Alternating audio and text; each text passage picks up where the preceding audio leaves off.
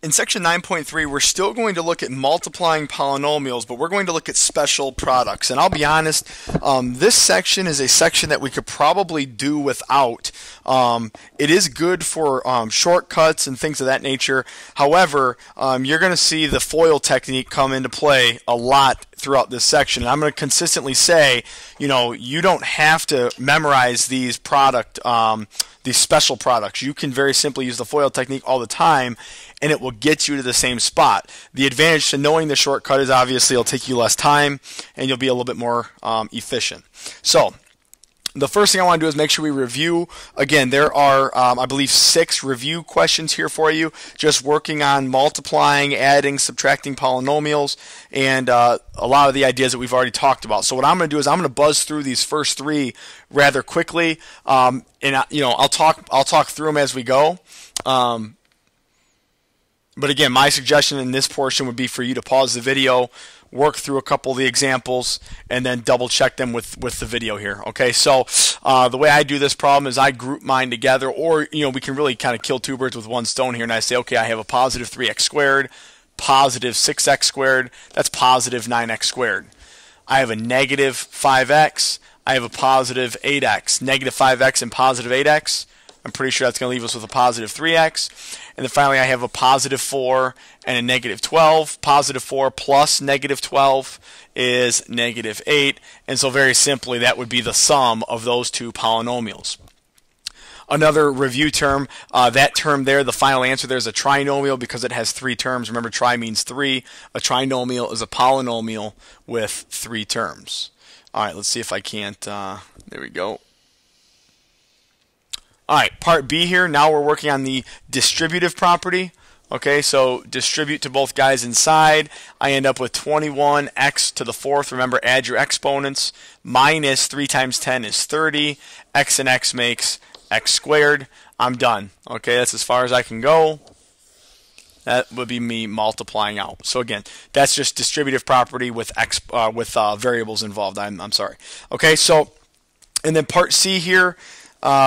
Again, identify your common terms. I have 6x squared. I have 13x squared. I'm subtracting them. So 6x squared minus 13x squared is negative 7x squared. Positive 10x minus positive 3x. 10x minus 3x, 7x.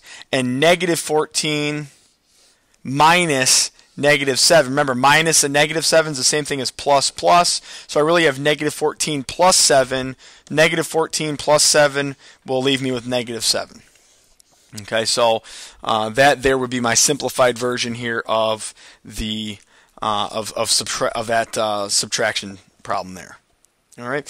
One that I do want to take a look at before we move forward here is example E on your notes. Example E here, and you'll see why in a second. Example E is we got to multiply this out, and so we're going to use our FOIL technique. Remember, FOIL, it's an acronym. F stands for first terms. 2x and 3x makes 6x squared. Okay? Then O stands for outside, so 2x and negative 2. 2x and negative 2 makes a negative 4x. I stands for inside, positive 5, positive 3x. Positive 5 and positive 3x is a positive 15x. And then L stands for last. Positive 5, negative 2 makes a negative 10 when multiplied together. And now I have to simplify. I have to combine like terms. Negative 4x plus 15x will just leave me with a positive 11x minus 10. Okay, and so that's what we're left with there when simplifying or when foiling that out. So the FOIL technique is something that we're going to go back to here in a second. Okay, so the first example we have, and I believe mine, the only one that you have on your worksheet there or on your note sheet is part B. So we're going to go ahead, we'll cross off example A. We won't even look at that one. We'll look at example B. Okay, so example 2, part B, they want me to find the area of the shaded region. Okay, and so you'll notice I have 1, 2, 3, 4 smaller shapes all built in there. All of those shapes are rectangles. Hopefully you all know the area of a rectangle is base times height or length times width, however you've learned it. So what I'm going to do is I'm going to find them all separately. So I'm going to say, okay, the area of shape number 1. Okay, I got to figure out what is this base here.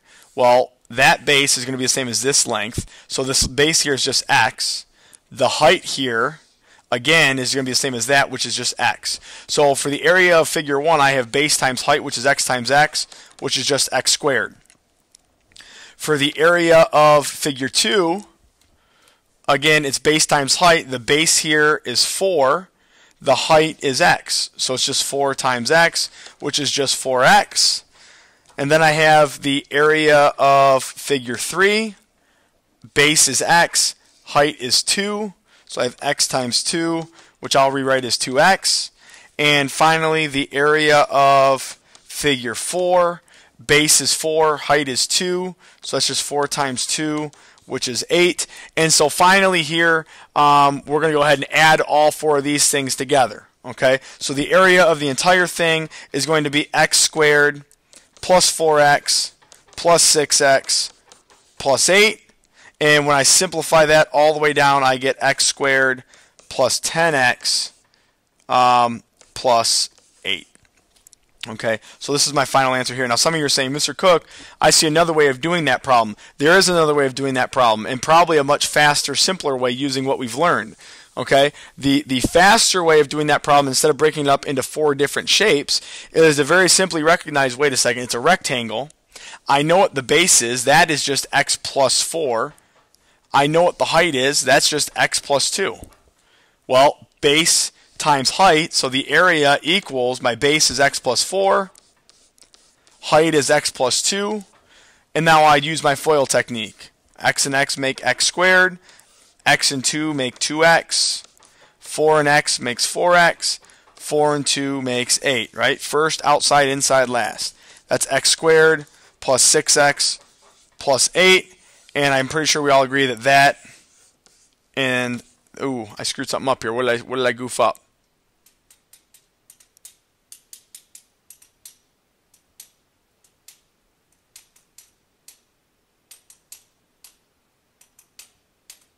Oh, this term here I screwed up. I wish I could go back, but that term there should actually be a 2x, because again, the area of this figure here, we must have found it wrong. I must have goofed something up, or I added wrong, or I did something. I goofed something up there, but that should be a 2x, which would make the middle term here a 6x. Okay. I apologize for that. If I could go back in time, obviously I would, but I'm not going to restart the video because of one small mistake. So anyway, you get the idea there. The better way of doing that problem is base times height, and using the FOIL technique as we've seen. All right, now the new stuff for today is finding products like this, okay, where you have x plus 9 quantity squared or x minus 9 quantity squared, things of that nature. So we know, hopefully now, properties of exponents, what this means. What this really means is x plus 9 times x plus 9. Okay, now you all know how to multiply that out. You know how to use the FOIL technique. First, outside, inside, last. Okay, and then simplify from there. However, your book describes a pattern here. It says if you have the sum, okay, if you're adding there and you're squaring something, well then the pattern is you take the first term. So let me change colors here. You take the first term and you square that. And then you take both terms and multiply them together. So you do x times 9, which is 9x, and you multiply that by 2 for your middle term. So it's 2 parentheses 9x. And then for your last term, it's still plus, and you take your second term now and you just square that. All right, and so what you end up with here is x squared plus 18x plus 81. Okay, now if I go through and I FOIL this out, x and x squared. X and 9 is 9x, 9 and x is 9x, 9x and 9x, 18x, and then finally the last term's 9 and 9 makes this 81. So you can see, you can just FOIL that out, or you can memorize the pattern of, if it's a sum, take your first term and square it. For your middle term, 2 times their product of the two terms, and then for the last term, you take the second term of your original and just square that guy. All right, I'm trying to see here if you have another example of that on your notes. Yeah, part E. Let's go ahead and skip down to part E right now. Okay. let's see here. Mine are actually labeled differently than yours. I just realized that. I gotta scroll to the next page, I believe. Okay, so here we are on number 7. So if I'm going to use that same property, remember it's a sum and I'm squaring it, and so rather than foiling it out, which you can, so if you're comfortable with that and that's what you want to do, that's fine. However, it's a little bit quicker and shorter to do this. Take my first term and square it. For my second term, I take 2 times their product, negative 5 times 4, 5x times 4. And for the last term, I just square my second term there. And so what I end up with is positive 25x squared minus, I'm going to do a couple things at once here. All of this, negative 5x and 4 makes negative 20x. Negative 20 times 2 is negative 40x. And then the last term is just going to be plus 16. Okay, so you see, again, maybe a little bit quicker, but if you are confident in your ability to FOIL, then you don't have to memorize this shortcut. Okay, it's slightly quicker, not even incredibly quick. All right, so now we're back to square one here. The second pattern the book discusses is the same idea, except now we are subtracting. Okay, we're subtracting there. Now, this pattern is the same exact pattern that we just saw, with one exception. Okay, I'm going to go through it. So remember, the pattern we just used says take your first term and square it.